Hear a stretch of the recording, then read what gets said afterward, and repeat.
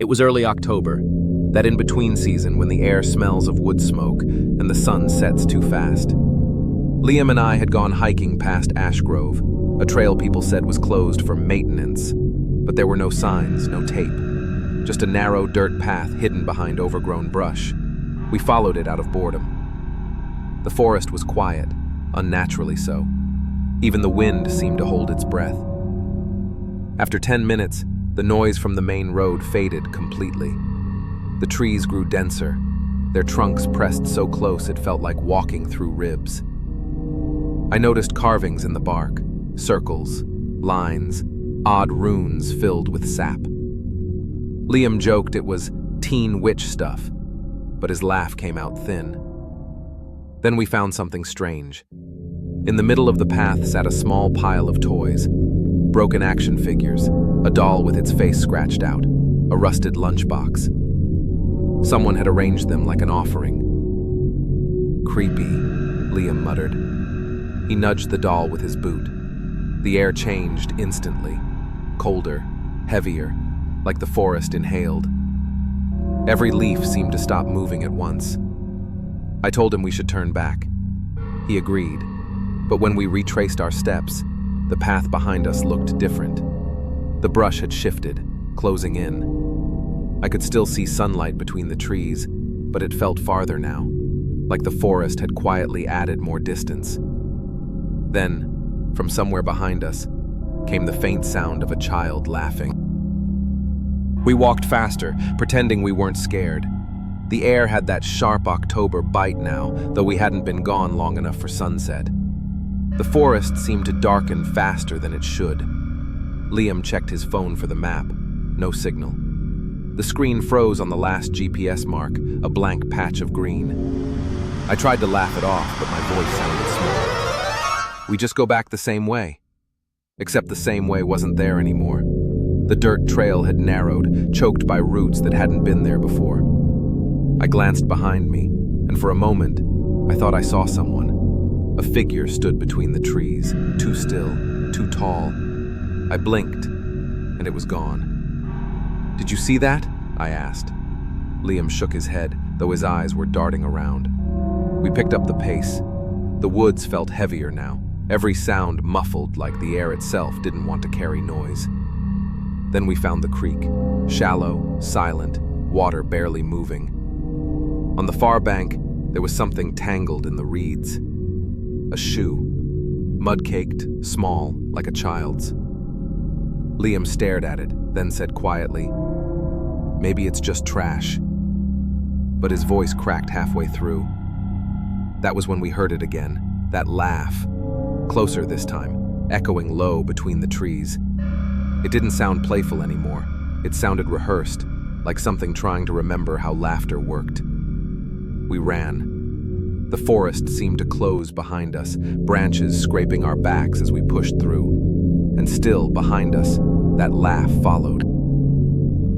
We ran until our lungs burned, then stopped to catch our breath.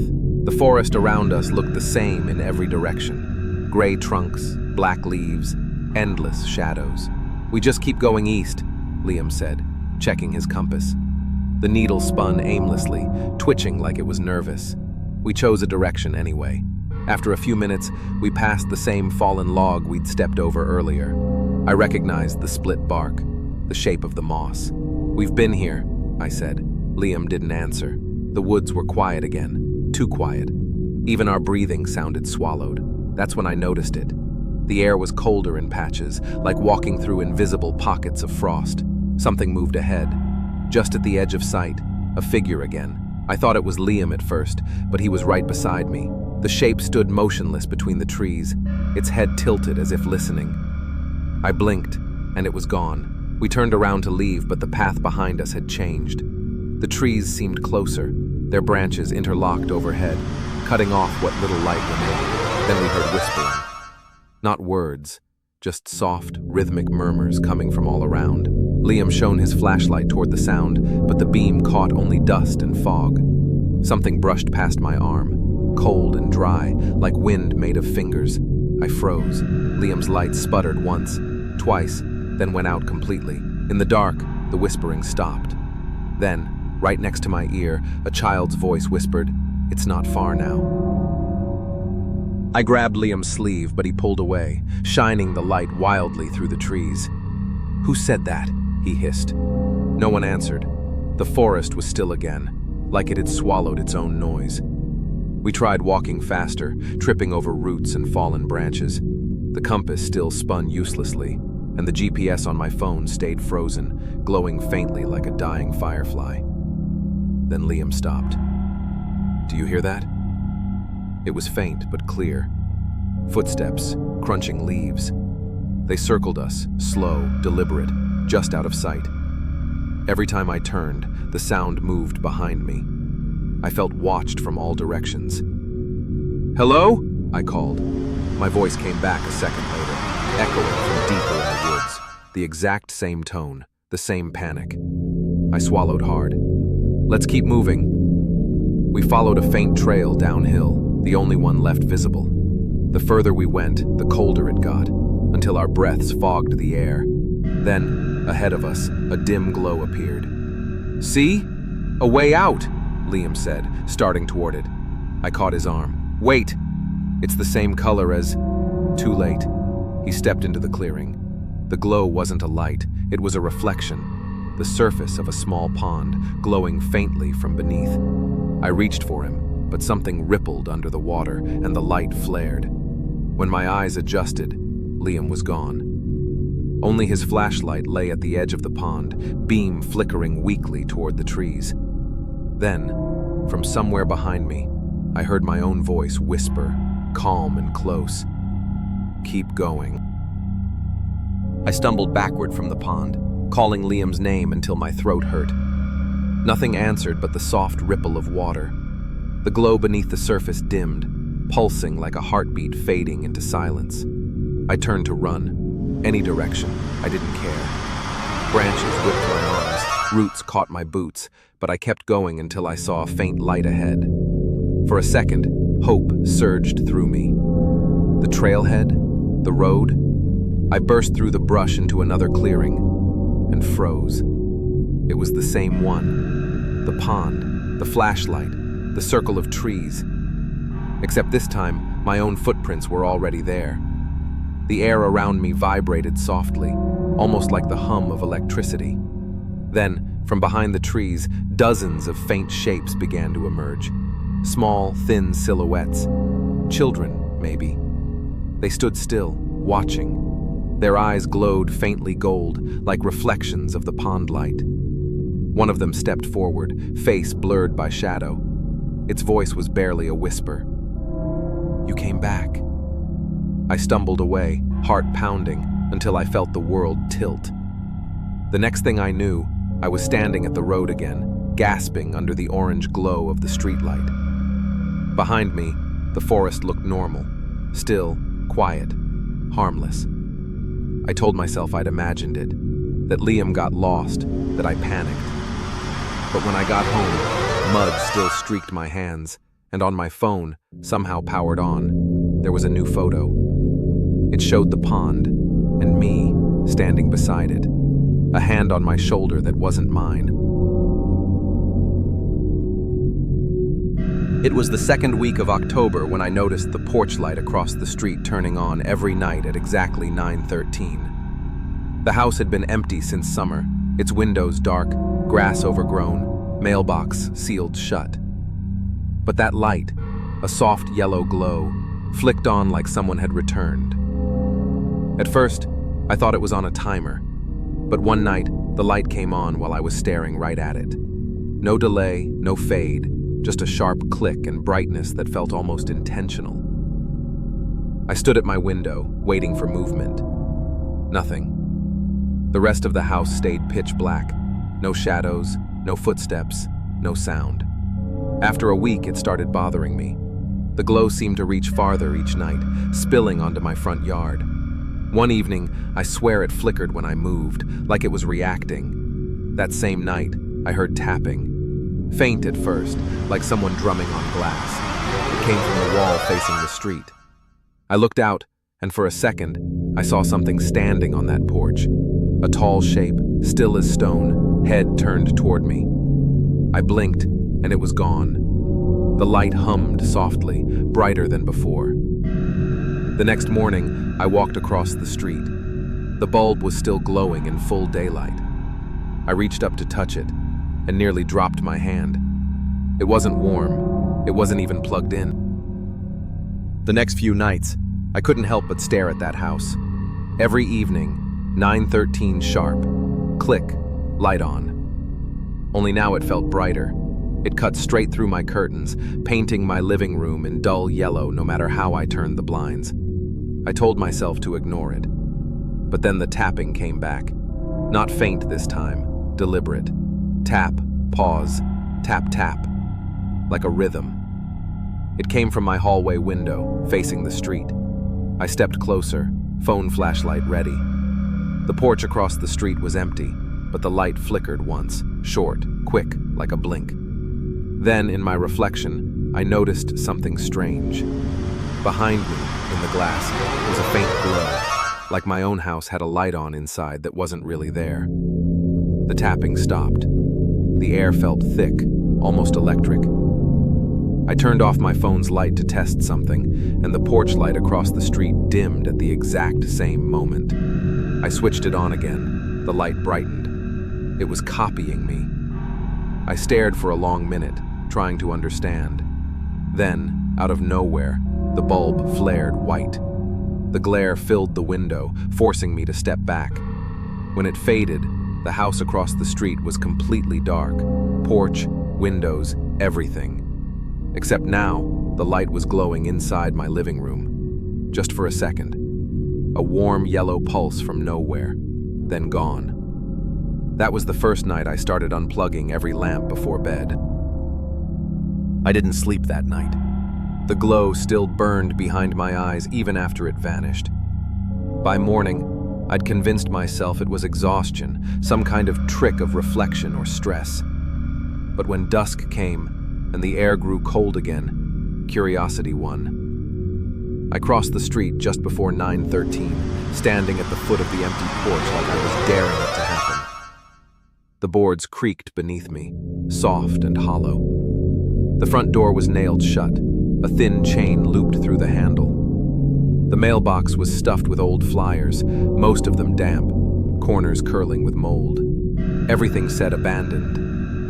Then came the sound. A faint click, metallic, electric, and the porch bulb above me flickered to life. It wasn't bright this time, just enough to reveal the dusty floorboards, the cracks in the old paint, and something carved into the wall beside the door. Words, scratched deep into the wood. Don't turn it off. My throat went dry. I reached up, heart pounding, and touched the base of the light. Still cold. Still humming softly, like it was alive. Behind the door, a muffled thud, then another. I froze. The air around me shifted, like someone standing too close. I stepped back toward the street, but before I reached the curb, the bulb flared again. Only this time, I saw a shape through the window beside the door. A man, standing perfectly still in the dark, facing me. I stumbled back, nearly tripping over the gutter. When I looked again, the window was empty. The light clicked off. After that night, I couldn't look at the house again without feeling like it was looking back.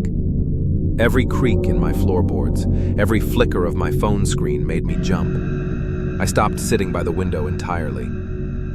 But fear makes you careful, not safe. 2 nights later, I woke to that same humming sound. Soft, steady, low. Like an electrical current trapped in the walls. My room was dark, but the edges of my vision were glowing yellow.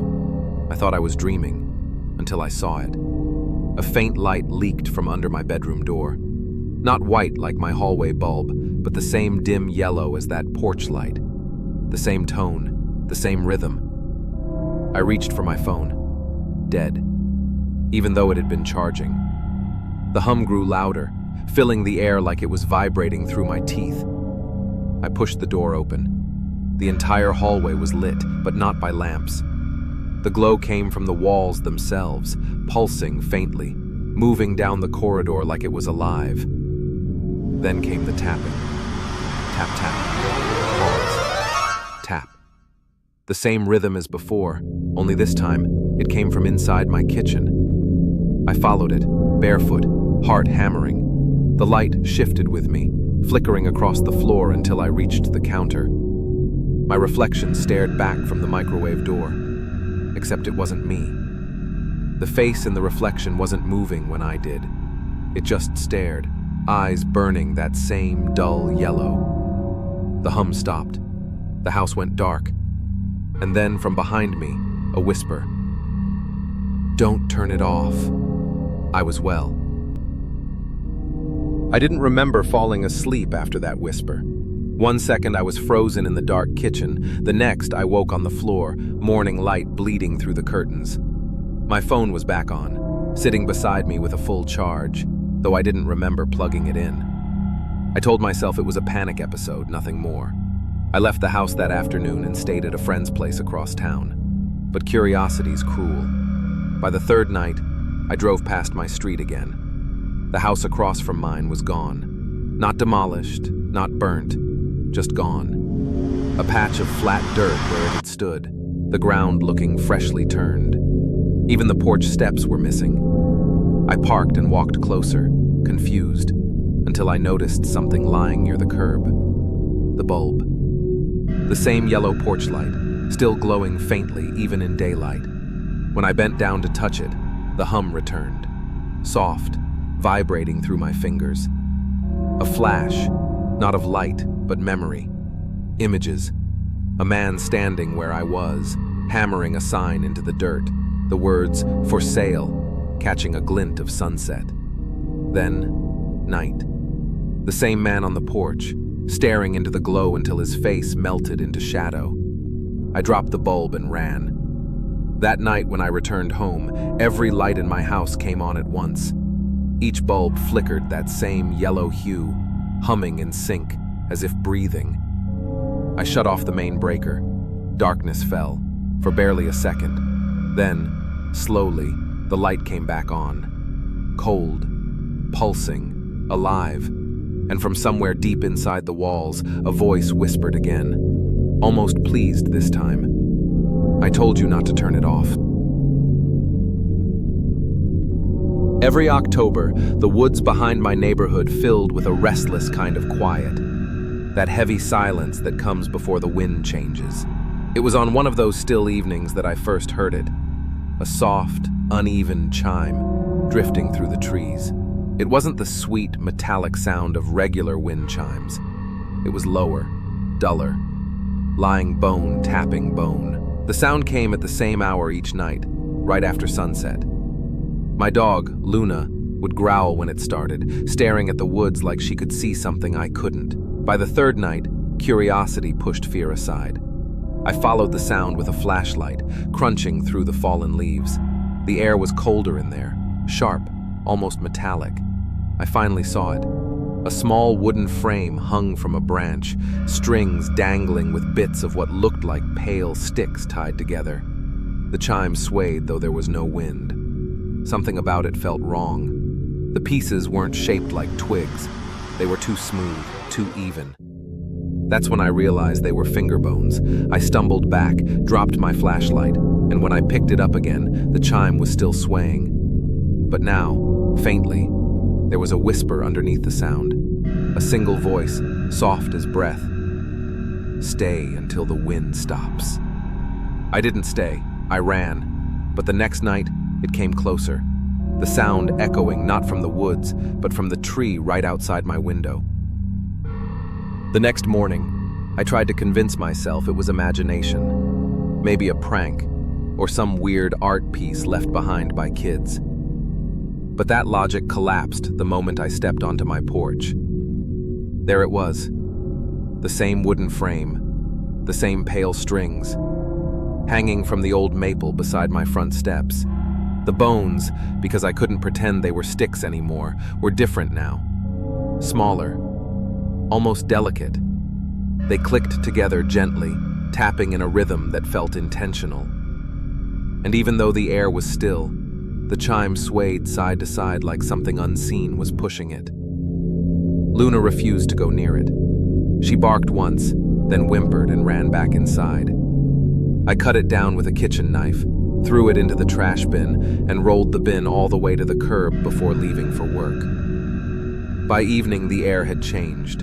Heavier, colder again. The kind of cold that crawled under your skin. When I got home, the trash bin was empty. The chime was gone. I thought that was the end of it, until I went to bed. Just past midnight, the faint tapping started again.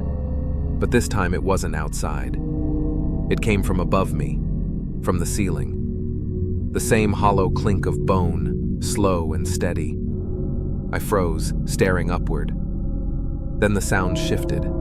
It moved. Across the ceiling, down the wall, right to the corner of my room. The final chime rang loud and clear like a warning. And then, in the dark, I heard that whisper again. Closer this time, just behind my ear. Stay until the wind stops. By morning, I was shaking. I barely remembered sleeping. The chime hadn't sounded again, but I couldn't stop hearing it in my head. A faint echo that lingered even in silence. I decided I had to end it. Maybe it was some cursed object, maybe a bad joke gone too far. But I couldn't let it sit above my bed another night. So after work, I grabbed a flashlight, Luna's leash, and headed toward the woods where it all began. The air was colder than before. My breath came out in pale clouds, the kind that shouldn't happen in October. The deeper I went, the quieter it got. Even the insects were gone. I found the spot easily, the branch still scarred where the first chime had hung. Beneath it, a small patch of disturbed soil caught my eye. Something had been buried there recently. I knelt and brushed aside the leaves. Beneath the dirt was a small wooden box, crudely carved and sealed with black wax. My fingers trembled as I pried it open. Inside were bones, tiny ones, and strands of hair tied neatly together. The air shifted. The trees around me began to creak, bending ever so slightly toward where I knelt. Then came that faint metallic sound again, only this time it surrounded me. Hundreds of chimes, whispering softly in every direction. I dropped the box and ran. Luna barked wildly, pulling me back toward the path. But just before we broke from the trees, I heard it again. The same soft voice, carried by the wind, repeating through the branches like a chant. Stay until the wind stops. I grabbed Liam's sleeve, but he pulled away, shining the light wildly through the trees. Who said that? He hissed. No one answered. The forest was still again, like it had swallowed its own noise. We tried walking faster, tripping over roots and fallen branches. The compass still spun uselessly, and the GPS on my phone stayed frozen, glowing faintly like a dying firefly. Then Liam stopped. Do you hear that? It was faint, but clear. Footsteps, crunching leaves. They circled us, slow, deliberate, just out of sight. Every time I turned, the sound moved behind me. I felt watched from all directions. Hello? I called. My voice came back a second later, echoing from deeper in the woods. The exact same tone, the same panic. I swallowed hard. Let's keep moving. We followed a faint trail downhill, the only one left visible. The further we went, the colder it got, until our breaths fogged the air. Then, ahead of us, a dim glow appeared. See? A way out, Liam said, starting toward it. I caught his arm. Wait. It's the same color as... Too late. He stepped into the clearing. The glow wasn't a light, it was a reflection. The surface of a small pond, glowing faintly from beneath. I reached for him, but something rippled under the water, and the light flared. When my eyes adjusted, Liam was gone. Only his flashlight lay at the edge of the pond, beam flickering weakly toward the trees. Then, from somewhere behind me, I heard my own voice whisper, calm and close. Keep going. I stumbled backward from the pond, calling Liam's name until my throat hurt. Nothing answered but the soft ripple of water. The glow beneath the surface dimmed, pulsing like a heartbeat fading into silence. I turned to run. Any direction, I didn't care. Branches whipped my arms, roots caught my boots, but I kept going until I saw a faint light ahead. For a second, hope surged through me. The trailhead, the road. I burst through the brush into another clearing and froze. It was the same one. The pond, the flashlight, the circle of trees.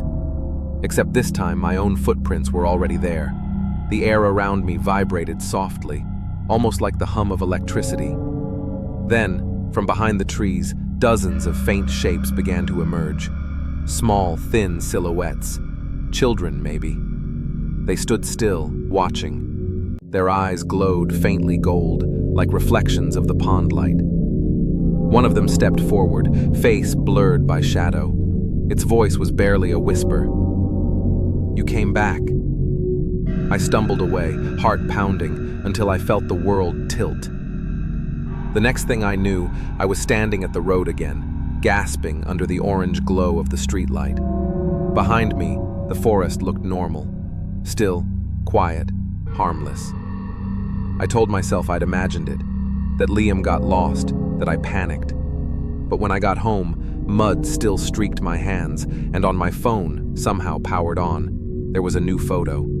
It showed the pond, and me, standing beside it, a hand on my shoulder that wasn't mine.